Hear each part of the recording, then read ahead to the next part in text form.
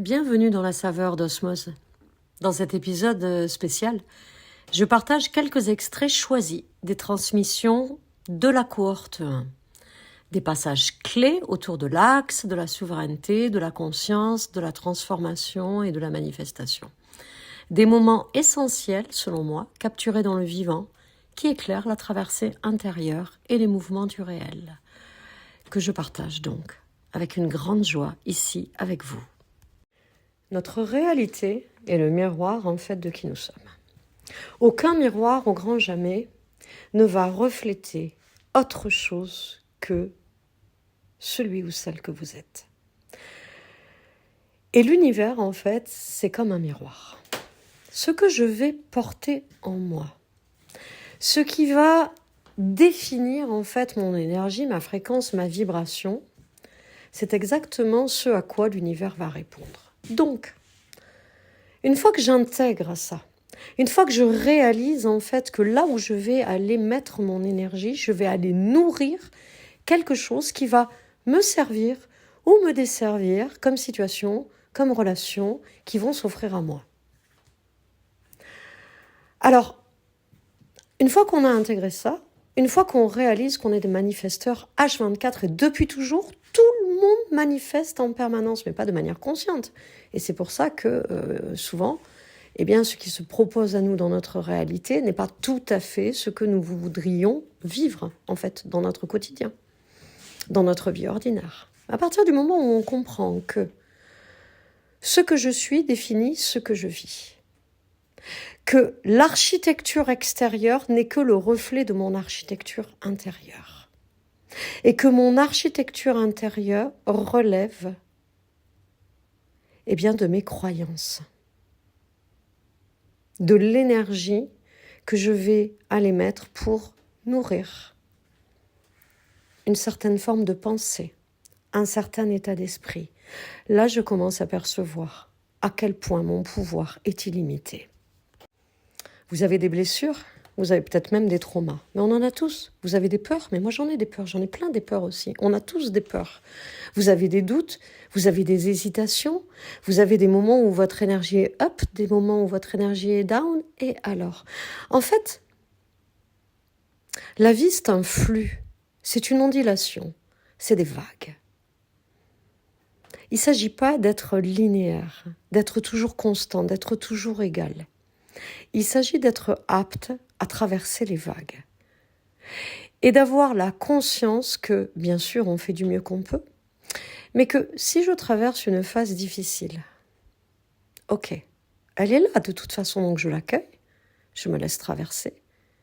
Je vais regarder ce qu'elle me raconte sur moi, sur mon architecture intérieure, sur ma géométrie sacrée, ce qu'elle vient en fait me transmettre comme message qui demande à être vu, à être entendu et peut-être à être compensé parce que c'est systématiquement un appel à l'amour. Et après, qu'est-ce que j'en fais ? Est-ce que je vais ruminer, nourrir avec les archives de la mémoire cette situation, cette relation, cette expérience et l'entretenir et du coup maintenir ma vibration basse, ma fréquence basse, mon énergie basse, en sachant que l'univers va répondre à ce que je vibre? Ou est-ce que je me dis, ok, oh fou, là c'est la merde. Ça, j'avais pas envie, mais bon, c'est là, c'est là. Donc, ok, c'est là, je fais avec ça. Mais moi, je suis capable de tout tenir.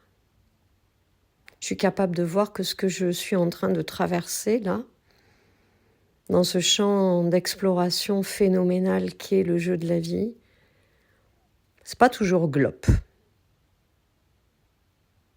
Néanmoins, j'ai toujours le choix de me rediriger pour changer ma vibration, pour changer mon énergie, pour ne pas alimenter en fait une mécanique, un processus qui me maintient petit. Et ça change tout. En fait, selon moi, le flux de la vie, c'est un peu comme une onde vibratoire. À partir du moment où on fait bouger une ligne, par effet domino, papillon, ricochet, appelez-le comme vous voulez, il y a tout qui bouge. Il y a tout qui va bouger, parce que je ne crois pas à la séparation, ça n'est qu'une illusion pour moi. C'est ce que j'appelle l'intrication quantique. Tout se trame. Donc à partir du moment où j'ai pris cette décision, où j'ai acté, j'ai fait ce serment envers moi-même, pour ce qu'il y a de plus grand en moi, de me choisir, de m'honorer, de me respecter et de m'aimer, même dans les parts les moins glorieuses de moi. À partir du moment où je prends cette décision irrévocable de ne plus me laisser tomber, eh bien ça va faire bouger toute ma réalité. Mais ça demande de prendre sa responsabilité lucide et d'aller regarder ce qui se joue sous le plancher. Oh là là, pas de manière à faire un burn-out. Non, déjà mon environnement, c'est pas un programme de développement personnel. On peut trouver ça parfois la dictature de la joie, où on discrimine les autres émotions, alors que dans ma vision, les émotions sont souveraines. Il n'y a pas de bonnes et de mauvaises émotions. On a des émotions parce qu'on est des êtres humains, et c'est un cadeau absolument merveilleux, fantastique, que de pouvoir interagir avec les autres, avec le monde, depuis cet espace sensible qu'est le corps émotionnel. Alors parfois on est triste, oui, parfois on a peur, oui, parfois on est en colère, oui. Parfois on a honte même. Pour moi, les émotions sont souveraines. Ce sont des messagers qui viennent nous raconter quelque chose à propos de nous, à propos de la vision que l'on a de nous. Et ce qui est formidable avec la vision, c'est qu'il suffit de changer de paire de lunettes. Plutôt que de se voir dans le verre à moitié vide, on peut très bien faire le focus sur les qualités que l'on a, sur notre unicité, sur l'extraordinaire qu'il y a en chacun de nous. Et ça, vraiment, c'est une croyance indélogeable en moi. J'ai une foi absolue en la nature humaine et en sa capacité à retrouver sa souveraineté, ce que j'appelle son autorité sacrée. À un moment donné, je réalise que je me pose comme une victime. La victime de ma propre vie, ou la victime de mon conjoint, de ma compagne, de ma famille, de mon voisin, de mes amis, de mon boss, du gouvernement, etc. Et puis, je peux décider que ça suffit. En fait, je ne donne aux autres que le pouvoir que je choisis de leur donner. Et ils ne peuvent pas avoir plus de pouvoir que ce que je leur donne. Donc, je reprends ma responsabilité. J'arrête de me plaindre. Et je réalise qu'en fait, je suis libre de pouvoir poser des limites saines et de dire hop, hop, hop, là, red flag. Là, tu vois, si tu dépasses cette limite, pour moi, c'est pas acceptable la relation, la situation, ce qui se joue. Là, tu vois, si tu me manques de respect, ou si tu viens déverser sur moi, en fait, ta rage parce que je ne réponds pas à tes besoins, à tes attentes, eh ben, c'est pas ma responsabilité, c'est pas mon pouvoir. C'est ton histoire, c'est tes blessures. Mais moi, je rentre plus là-dedans. Du coup, il n'y a plus de persécution, il n'y a plus de bourreau. Et il n'y a plus personne à sauver. Parce qu'en fait, on ne peut jamais sauver personne. Pour la simple et bonne raison qu'on n'a aucune responsabilité sur l'histoire et le vécu des autres. Jamais. Ça n'est pas notre pouvoir. Notre seul pouvoir sur un tiers, c'est avec un nourrisson. Le bébé, lui, on a 100% de responsabilité. Il a besoin de nous pour vivre. Son hygiène, sa nourriture physique, affective, l'attachement qui va créer le lien, qui va lui permettre de tisser une relation épanouissante ou pas avec le monde, ça c'est notre responsabilité en tant que parents. C'est nos pleins pouvoirs. Mais au fur et à mesure que l'enfant grandit, son environnement s'ouvre, son clan s'expanse, et on a de moins en moins de responsabilités. On ne va pas choisir à 20 ans quelle est la couleur du t-shirt que notre fils va mettre, ou s'il se met en couple avec un homme ou avec une femme, et quel travail il va faire. ça ne nous appartient pas. Parce que l'amour, ce n'est pas une possession. L'amour, c'est la main ouverte qui donne, la main ouverte qui prend, la main ouverte qui tient, mais qui ne retient pas. C'est ça l'amour, c'est du don pur. C'est je donne sans contrepartie aucune. Je n'attends absolument rien parce que je suis déjà remplie, nourrie du simple fait de donner. Parce que si j'attends en retour une contrepartie de reconnaissance, d'amour, qu'importe. C'est du marchandage. C'est pas de l'amour. A fortiori avec les enfants. Alors oui, ça demande de se choisir. Et oui, parce qu'on ne peut pas s'impliquer et s'engager envers et pour soi si on s'abandonne sur le bord du chemin. Ça, c'est clair. Ça demande de l'engagement.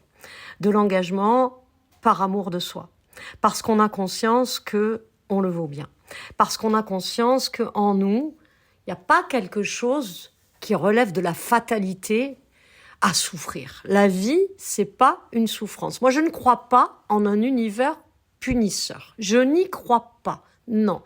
Je pense qu'en fait, on est conditionné.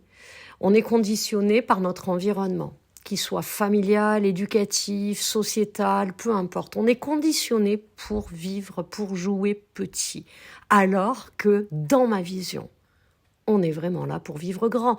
On porte en nous l'illimité. Parce que j'ai vraiment cette croyance que notre âme est venue s'incarner pour faire l'expérience de cette aventure humaine au sein du petit humain que nous sommes, afin de nous permettre de manifester, d'incarner l'illimité, la vastitude, l'infinitude qu'elle est.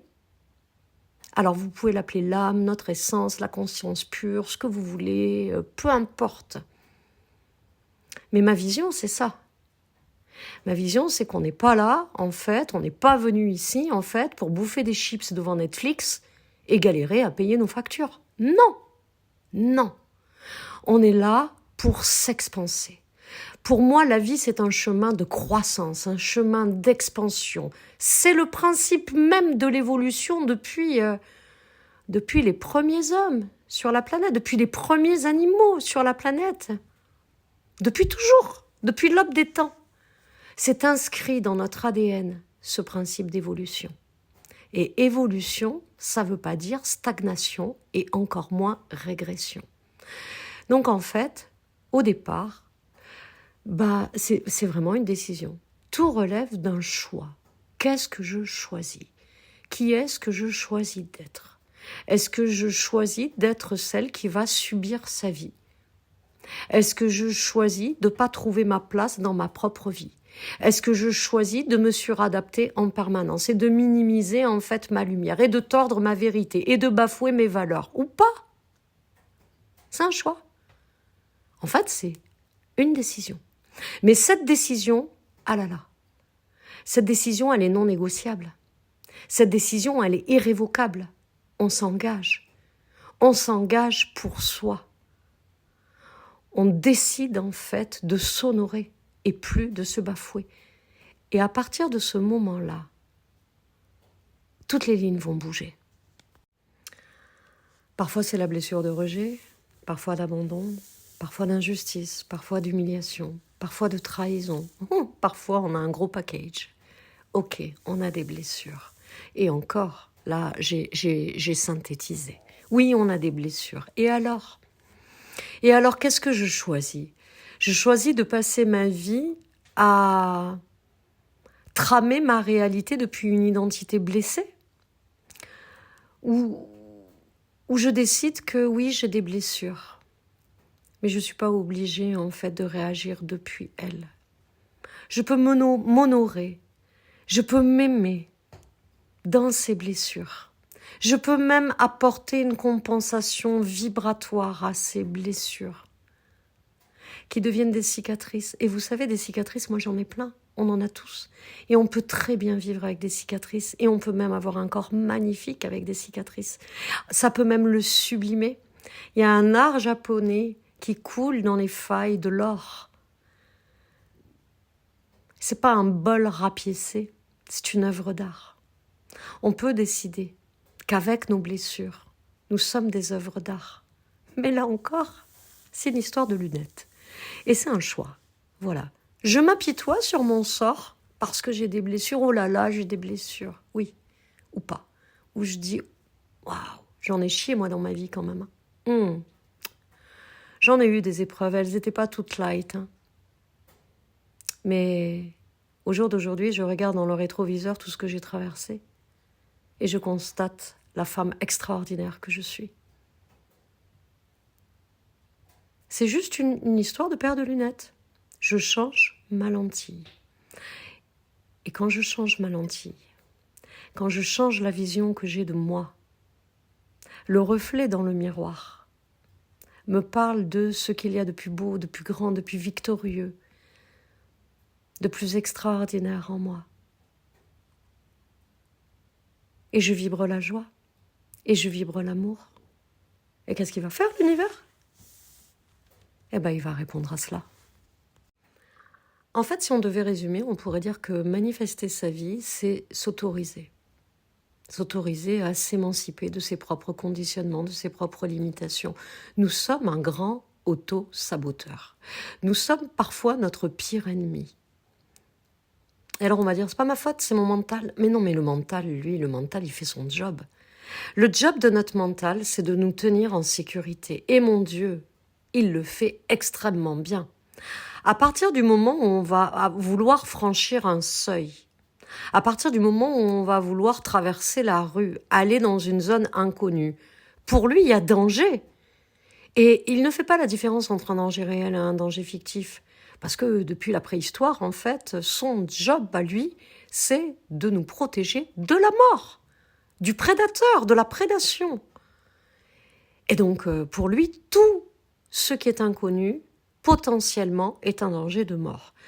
Donc, il va vouloir nous maintenir dans notre système, dans nos mécanismes de protection, dans nos conditionnements, pour nous garder en sécurité.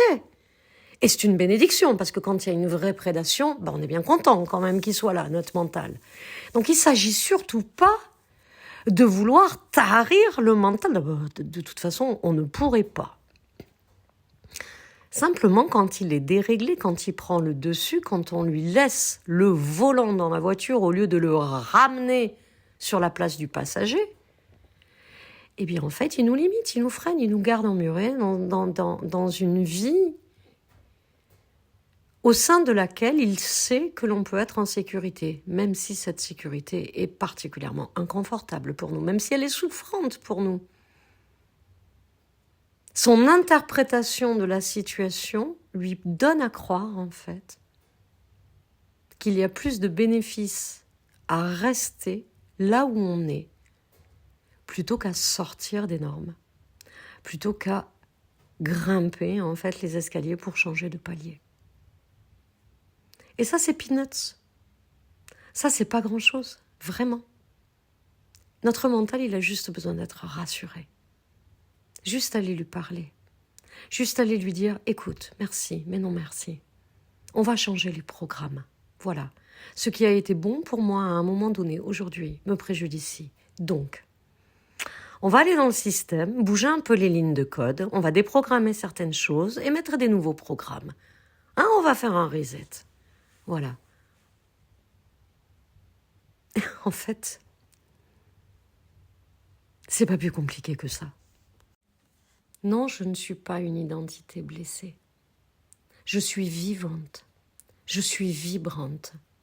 Et c'est ça que je choisis d'incarner. Là encore, c'est juste une décision, un choix.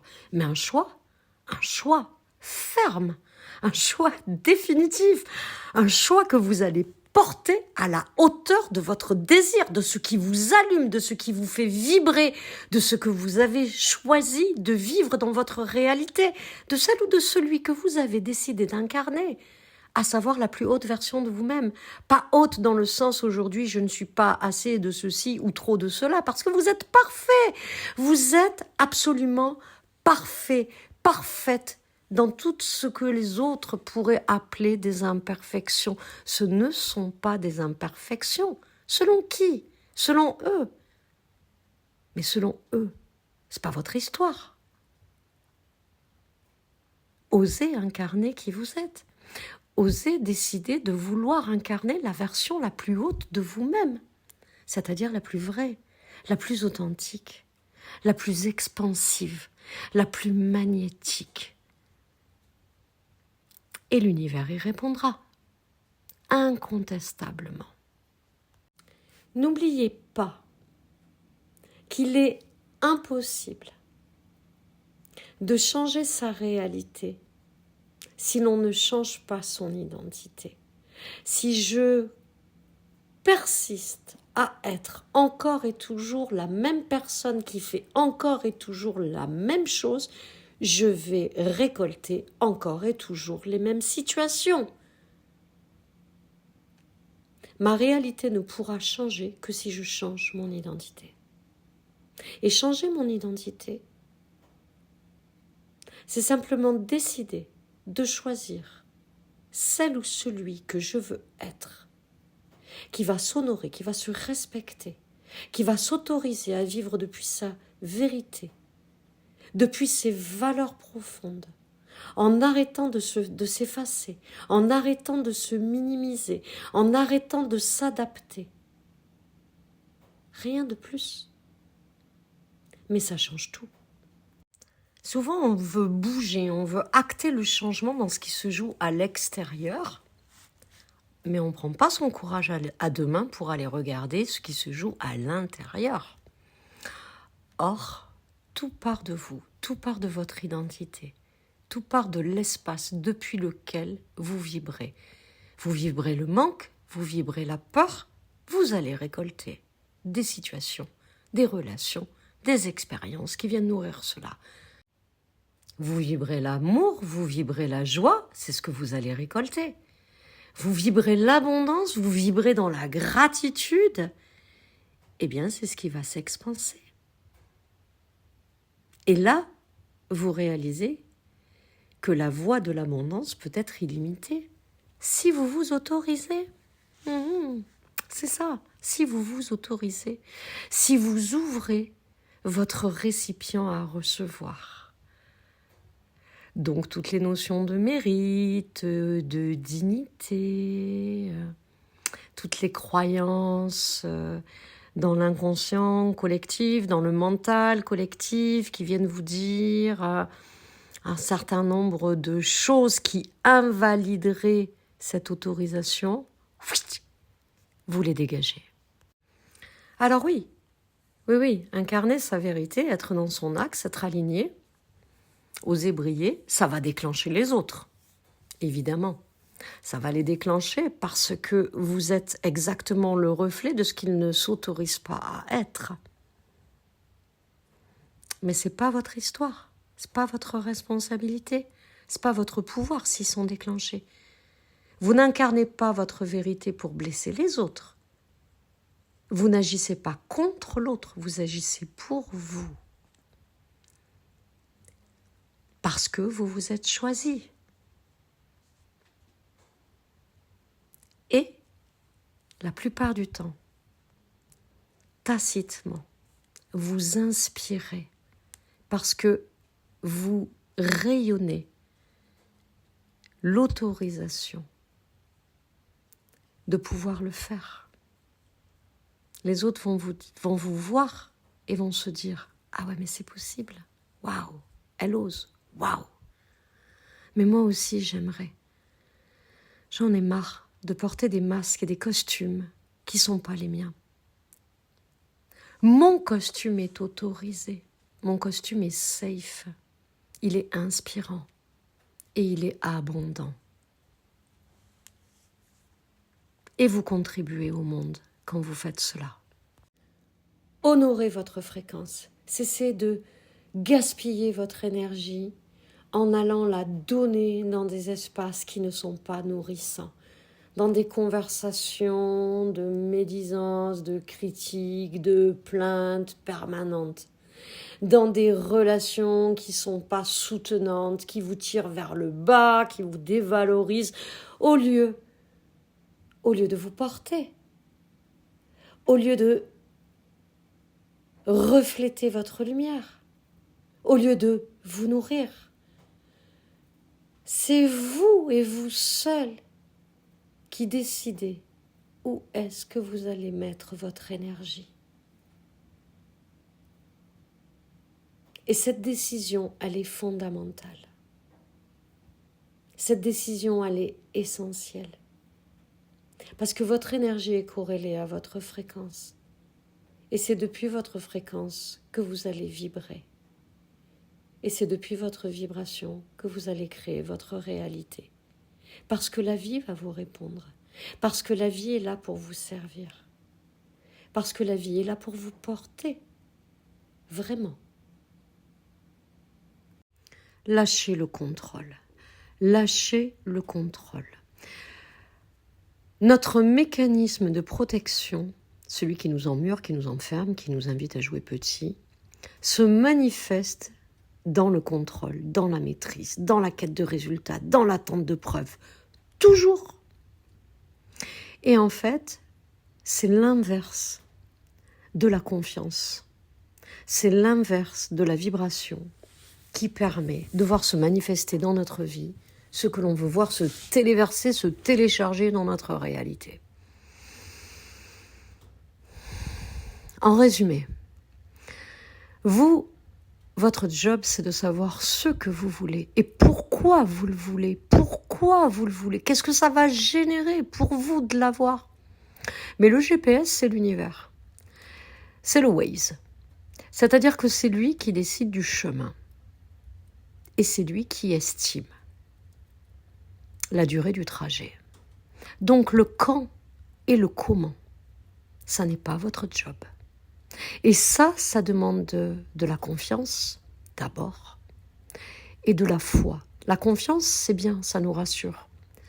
Ça nous permet, au travers des premières manifestations que l'on voit se matérialiser, de se dire « Ah ok, super ». J'ai cessé de manifester ma vie de manière inconsciente, je peux la manifester de manière consciente. Mais à un moment donné,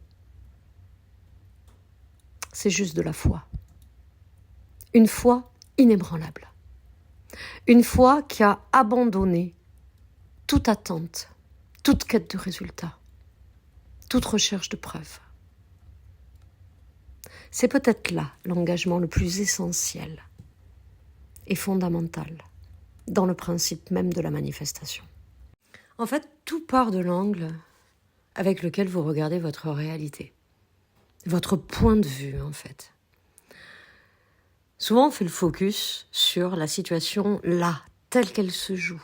Prenez un peu de l'altitude, prenez un peu de la hauteur. Essayez d'avoir une vision un peu plus dronique et réalisez en fait que depuis un autre angle, depuis une autre perspective, eh bien la coloration change. Et en fait, quand vous changez votre paire de lunettes, votre lentille, ce qui vous invite à regarder le monde depuis qui vous êtes là dans l'instant, à partir du moment où vous faites un pas de recul, que vous revenez à vous, que vous prenez le temps de respirer, vous dédramatisez, vous défocalisez en fait ce qui est en train de se jouer. Vous prenez de la distance. Et c'est depuis cet espace de détachement que vous pouvez choisir ce que vous en faites. On prend souvent des choses comme des vérités. Mais selon qui? Selon quoi? Et quelle vérité est immuable? Même la science revient sur des vérités. La Terre n'est pas plate et pourtant on l'a cru. Par exemple. Ce qui veut dire que ce qui est vrai aujourd'hui pour vous n'est pas forcément ce qui le sera demain et n'est plus forcément ce qu'il a été avant. Simplement, parfois, on les cristallise, ces vérités. C'est là où ça devient des croyances, tout simplement. Remettez-les en cause, ces vérités. Interrogez-les. Interrogez, en fait,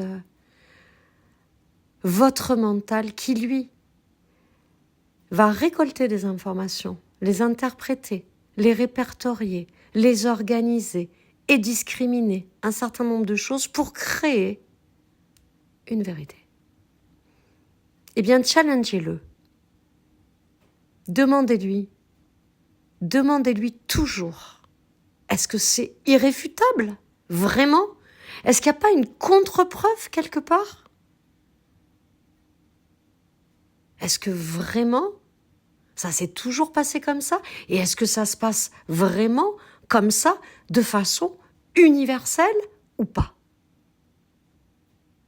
C'est le meilleur moyen, en fait, de désamorcer une cristallisation et de pouvoir la shifter. Vraiment, c'est un super tips. Ouvrez votre cœur. Ouvrez votre cœur. On a tendance à vouloir fermer notre cœur par peur de souffrir, par peur d'avoir mal. Bien sûr qu'on a tous eu des blessures, qu'on a tous vécu des expériences qui nous ont fait mal dans notre cœur. Mais le cœur, moi je le vois comme un muscle. Ok, parfois il peut y avoir une déchirure. Ah, c'est vrai, ça fait mal, vraiment. Il ne s'agit pas de minimiser ça. Mais ça cicatrise. Et le cœur se renforce. Votre cœur, en fait, c'est pas un petit truc fragile qui pourrait se briser. Ah mais non, vraiment. Jamais, au grand jamais, votre cœur ne pourra se briser. Jamais. Alors ouvrez votre cœur. Parce que si vous fermez votre cœur par peur de souffrir, vous vous fermez à toutes les opportunités, à toutes les synchronicités, à tout l'extraordinaire que la vie peut vous offrir sur un plateau d'argent. Ouvrez votre cœur et vous êtes apte à traverser ce qui peut-être parfois va venir le blesser. Mais si vous gardez votre cœur grand ouvert, eh bien vous vous ouvrez à la réception. Vous vous autorisez à recevoir et à recevoir aussi le meilleur. On ne perçoit jamais la réalité que depuis nos filtres. Changez les filtres. Changez les pensées qui vont venir soutenir la réalité que vous voulez voir se manifester. Vous avez des désirs? Vous posez des intentions. Parce que ça vous allume. Parce que ça vous fait vibrer dedans. Parce que vous avez des rêves. Et selon moi, tous les rêves que l'on est à même de porter, c'est qu'on est à même de les réaliser. Alors engagez-vous pour vous créer la vie de vos rêves. Maintenant, c'est le moment. C'est le moment de cesser d'attendre d'être heureux, d'attendre que ça vienne de l'extérieur.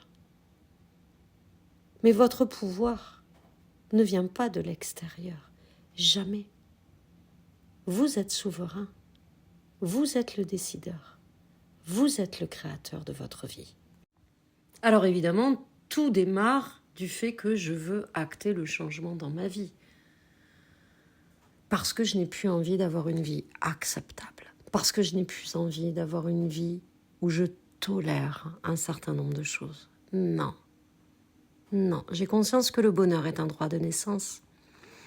Et aujourd'hui, je le revendique et je m'autorise à vivre heureuse.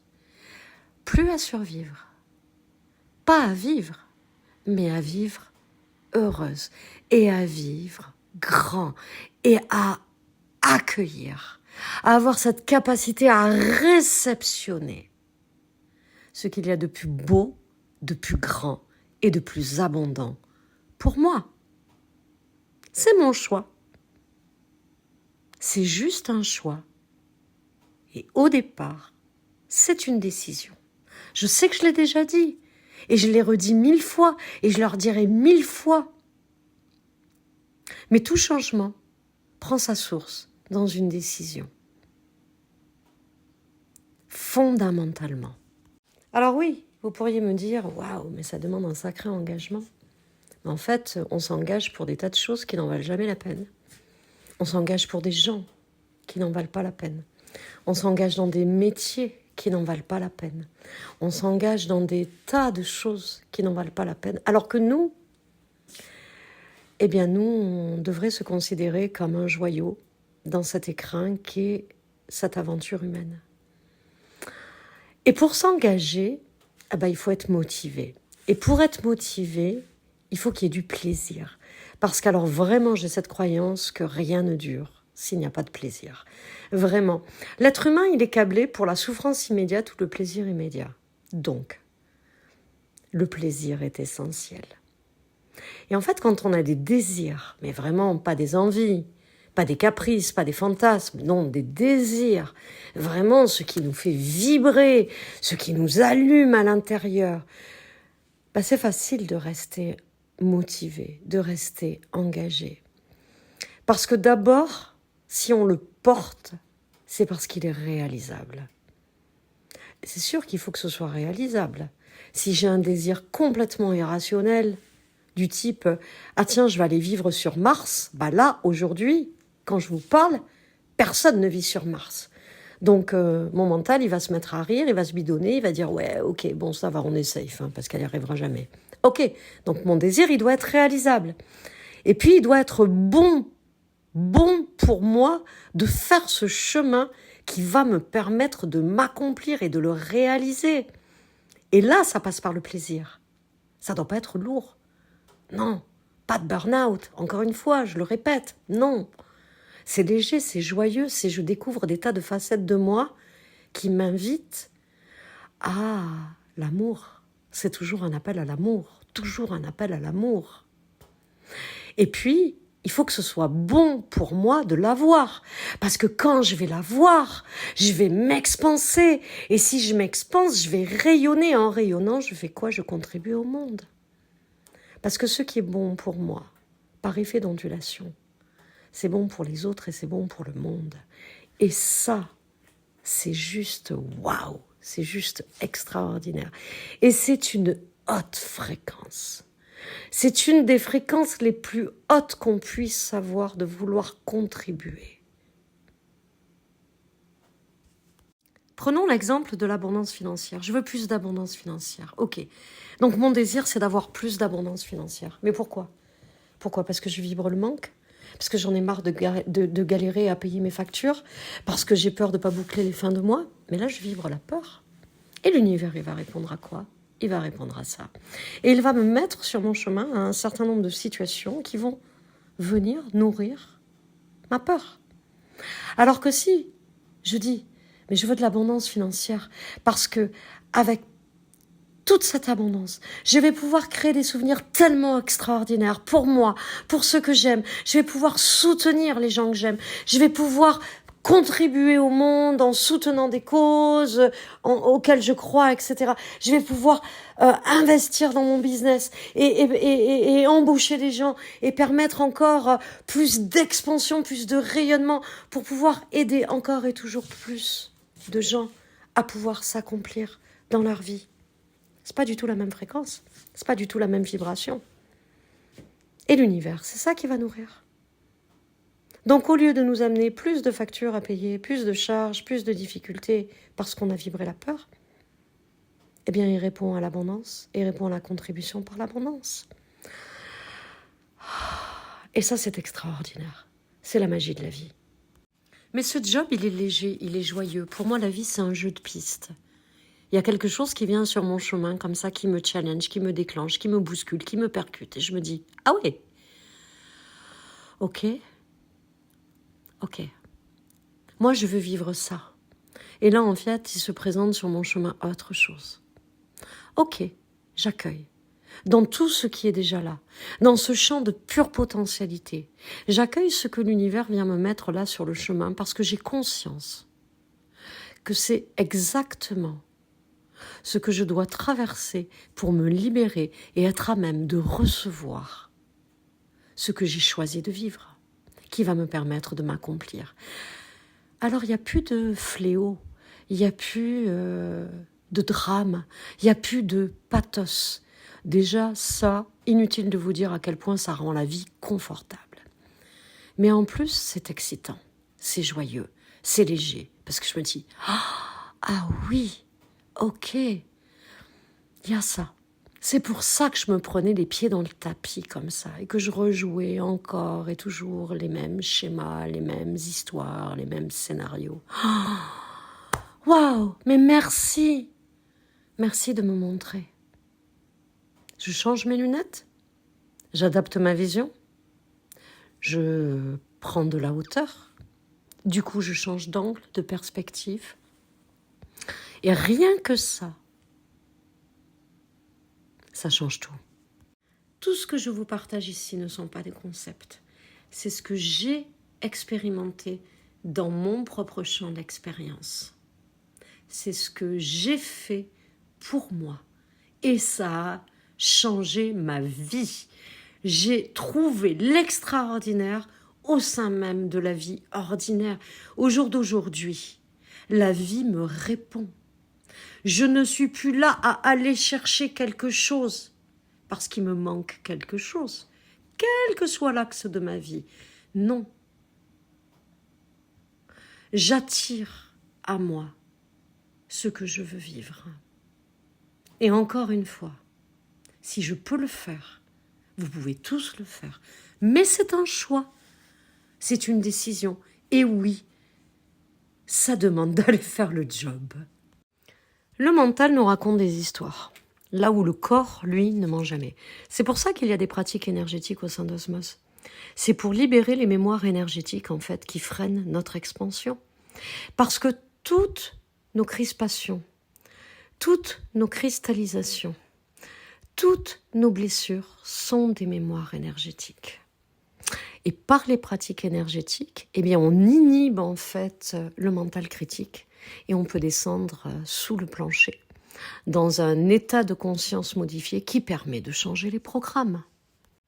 Alors évidemment, tout ce que je partage ici, tout ce que je transmets, tout ce que j'enseigne, tout ce que je donne, ça n'est jamais que ma vision, mon expérience, ma vérité. Et je crois fondamentalement qu'il y a autant de vérité que ce qu'il y a d'individus. Donc, si ça résonne, eh bien, vous prenez. Et si ça ne résonne pas, eh ben, ça dégage. Tout simplement parce que je ne suis pas un gourou. Je ne suis pas un prêcheur. Simplement, dans mes environnements, ce qui a marché pour moi, eh bien, je vous le transmets. Parce que si ça était possible pour moi, c'est possible pour vous. Je n'ai rien de plus et rien de moins que vous. Et ça, c'est ma contribution au monde. Alors oui, incarner sa vérité, être dans son axe, être aligné, oser briller, ça va déclencher les autres, évidemment. Ça va les déclencher parce que vous êtes exactement le reflet de ce qu'ils ne s'autorisent pas à être. Mais c'est pas votre histoire, c'est pas votre responsabilité, c'est pas votre pouvoir s'ils sont déclenchés. Vous n'incarnez pas votre vérité pour blesser les autres. Vous n'agissez pas contre l'autre, vous agissez pour vous. Parce que vous vous êtes choisi.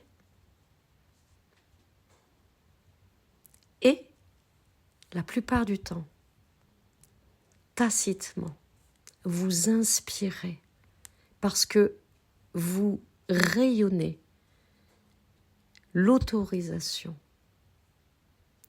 de pouvoir le faire. Les autres vont vous voir et vont se dire « Ah ouais, mais c'est possible. Waouh, elle ose. Waouh. Mais moi aussi, j'aimerais. J'en ai marre de porter des masques et des costumes qui ne sont pas les miens. Mon costume est autorisé. Mon costume est safe. Il est inspirant et il est abondant.